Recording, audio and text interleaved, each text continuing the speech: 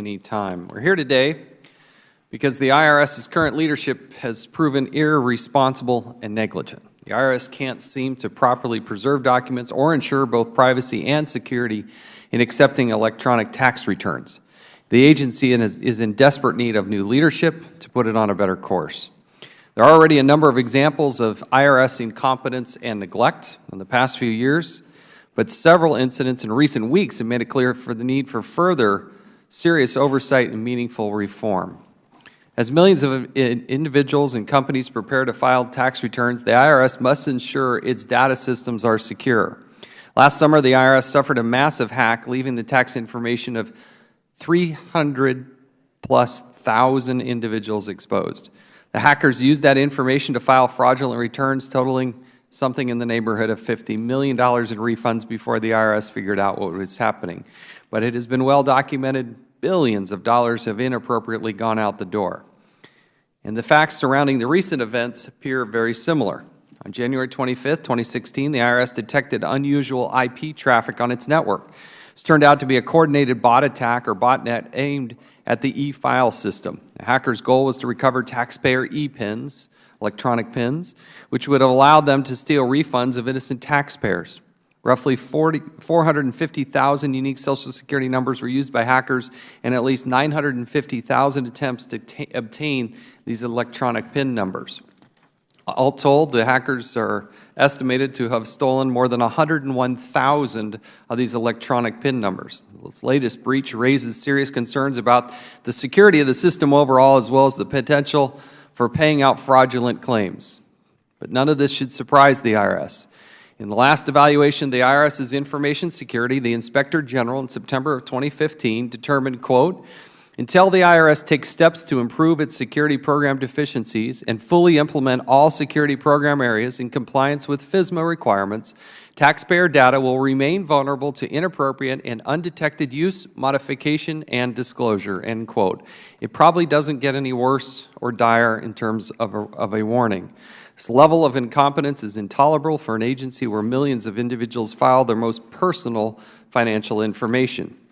We're also here to discuss the failure of the IRS to properly preserve documents subject to a lawsuit and/or internal preservation orders, as well as FOIA requests. We take FOIA very seriously. The Freedom of Information Act is the public's right to know. It also allows companies and other organizations to access data so they can defend themselves. On January 15th of 2016, the Department of Justice disclosed in a federal court filing that the IRS had erased a hard drive belonging to a former senior agency employee named Samuel Maruca. And if this story sounds similar to things we've heard about with Lois Lerner and others, it is. And that makes us sick. It's disgusting. It has to stop. We're doing everything we can to highlight it. It's inappropriate, and yet it continues. The hard drive contained information subject to FOIA litigation. Despite the lawsuit, an internal preservation order, and the legal obligation to preserve related documents to the IRS, the IRS wiped the hard drive and scheduled it for recycling.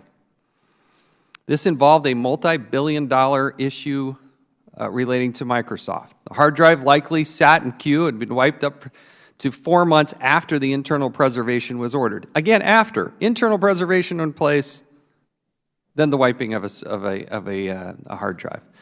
We can't say for sure to pinpoint the date because the IRS doesn't know when the hard drive was wiped clean. Hard drives, you go to Best Buy, you can buy them for less than $100. In a multi-billion-dollar situation, this is what we're talking about. But again, this continues to be familiar. In March of 2014, the IRS destroyed backup tapes containing Lois Lerner's emails, which were subject to investigation by Congress, the Inspector General, the Department of Justice. There were 5 open investigations, 2 duly issued subpoenas, and the IRS wiped the data.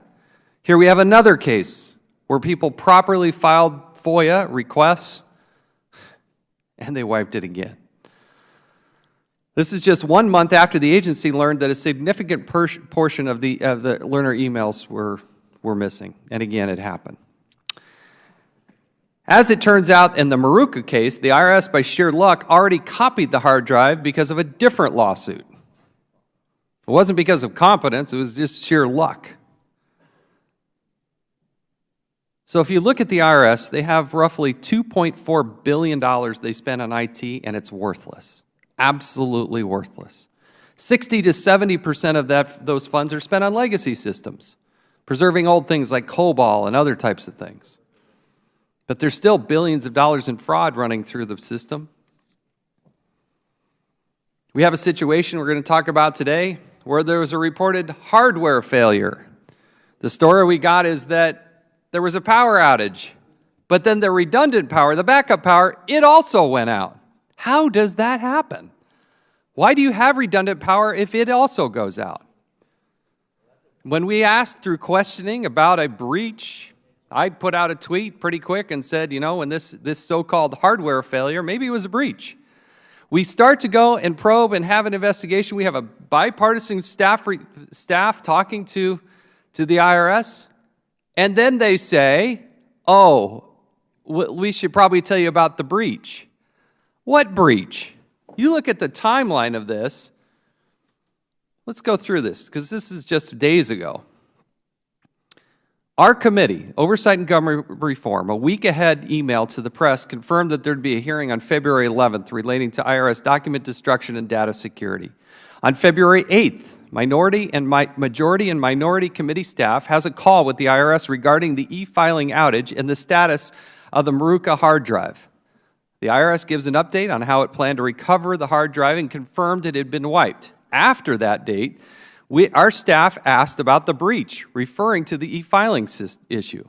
Mr. Milholland, who's here with us today, begins describing the previously unreported and undisclosed breach. The IRS legal staff intervened and said that he was talking about a different event. So we asked for more information about that. The next day, February 9th, miraculously, in the Wall Street Journal, the IRS releases further details regarding the breach in another phone call with the majority and minority committee staff. And shortly thereafter, the IRS releases a statement to the Wall Street Journal regarding the breach. If we hadn't been asking about another incident, we wouldn't have known about this incident. And it affects over 100,000 people.